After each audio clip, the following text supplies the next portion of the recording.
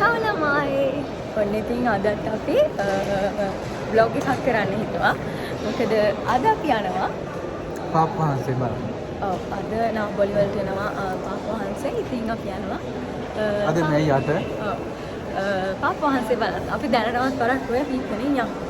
ප්‍රතිශතෝ ගියේ නෑ. මොකද මේ ඒ පැත්තේ මාර සෙනගක් ඉන්නේ මම පෙන්නනවා ඔයගලන්ට. අපි මග නතර වුණා. මොකද මේ හරිය සෙනග අඩුයි. මේ පාර තමයි යන්නේ. මෙතනින් මේ රෝඩ් එකේ තමයි යන්නේ.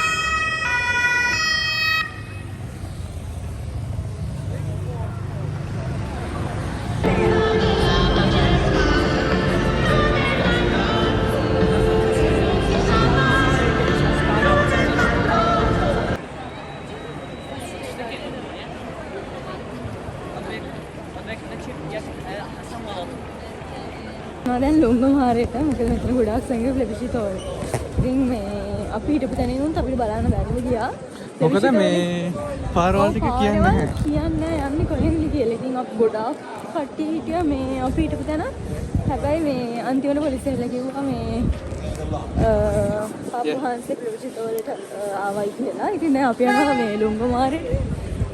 මොකද මේ අපිට මේ ළඟට බලා ගන්න ඕන. ඒ නිසා අපි ලුංගමාරේට යන්නේ. මොකද පාපහන්සේ ආපහු යන්නේ ලුංගමාරේ.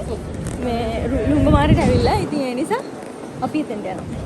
අපි දැන් ලුංගමාරේට ඇවිත් ඉන්නේ.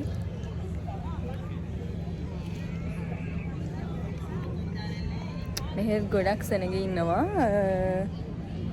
බලමුනේ. අනිවාර්යෙන් පාපහන්සේ බලන්න තමයි යන්න ඕනේ. අපිට මෙතන නිදහසේ බලන්න පුළුවන්. ඔයතන ආරපෙත් සෙනග වැඩි. මේ හරිය නිදහස්. නේ? ආපහු රෝම් වලට යන්නේ. Prima linea.